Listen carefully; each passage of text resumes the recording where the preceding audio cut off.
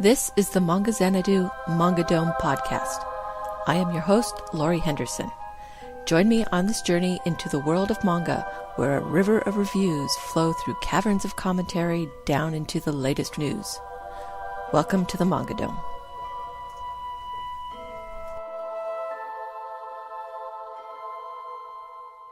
Episode 57, Hit or Miss, the weekly wish list. Not a lot is coming out this week, but there is one title I've been looking forward to.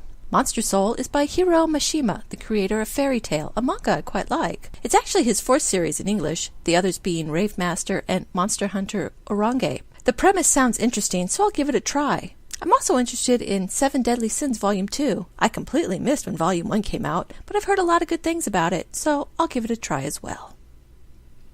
In the news, why can't we all just get along? Amazon is up to its old tricks as it works over readers of Yen Press titles because of contract disputes with parent company Hachette Book Group. Some of these tricks include long delays for shipping of books and reduced or non-existent discounts. This really borders on being childish. I know some people will call it a business practice, but that doesn't mean it's a good one. It doesn't make me mad at Hachette for not settling the contract with Amazon. It makes me mad at Amazon for punishing the consumer for its greed. It makes me want to go to another platform and our company to buy Yen Press books. Amazon is not the only game in town, in print or digital. If I was Barnes & Noble, I'd be playing this up big time and luring Amazon buyers over with fast shipping and discounts. Amazon can throw its weight around, but that doesn't mean we can't learn how to duck.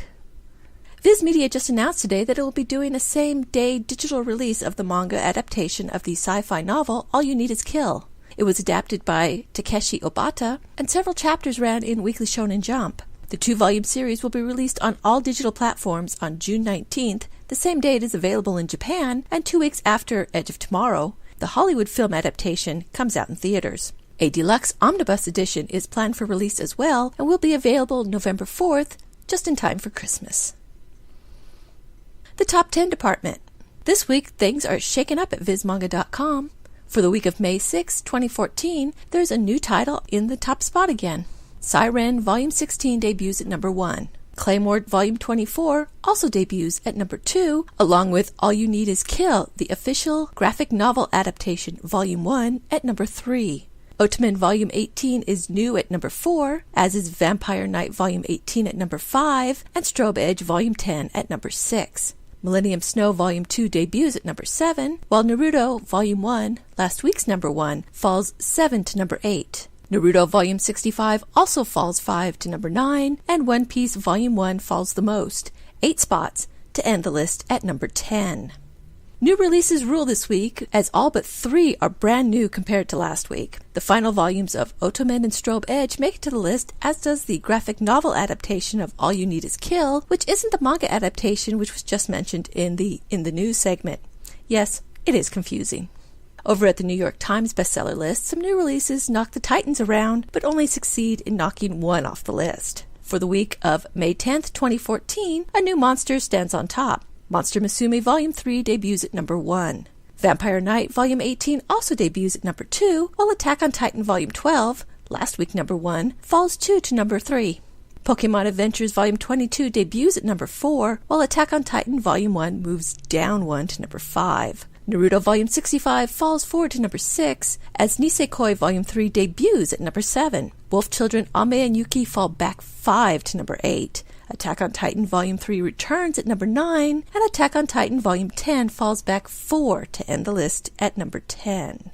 Monster Musume is back. It's cute girls pushing the Titans back. Pokemon Adventures never fails to please as it debuts in the top 5, and Nisekoi shows it can make strong print sales even after months of digital availability. Wolf Children just keep hanging on. They are turning into real troopers. I really don't get the way Attack on Titan volumes switch around. Volumes 2 and 4 disappear, but we get Volume 3 to replace them.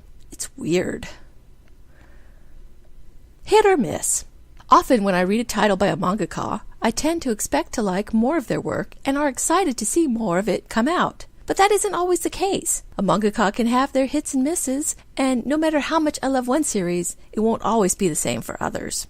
The biggest example I can think of this is Shinobu Hotaka. Her first series to be brought out in English was Sumomomo Momomo. It was a debut title in Yen Press, and I hated it. I hated the art. I hated the characters, and I hated the story. There was nothing I liked about it from the first page. Then came Magi, the Labyrinth of Magic. I heard rumblings about this title, and it looked interesting. And then I learned it was by the same creator as my hated Sumomomomo. I read the first volume anyway, and was pleasantly surprised I liked it. I thought Aladdin was cute, and the genie was so funny. Even though Aladdin was a bit of a lech, I liked it anyway.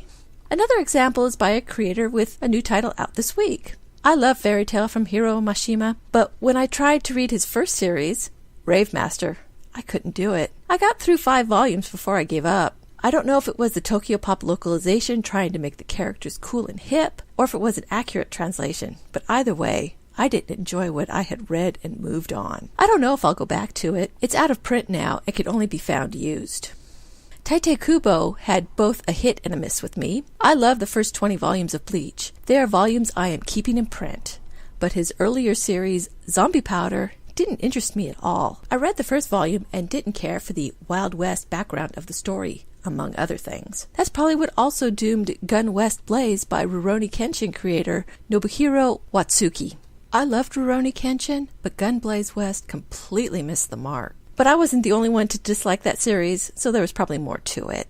Yu Watase's series, Celestial Legend, was the first shoujo I read that I liked. At the time, I thought all shoujo was ditzy girls falling for handsome boys, but series cured me of that. Absolute Boyfriend, one of the flagship titles of Viz's Shoujo Beat, showed me that not everything by Watase was great. I hated that series so much. Chibi Vampire by Yuna Kagisake is another one I'm keeping the print titles. It was such a fun story. But Ion, Kagisake's follow-up story, just didn't do it for me.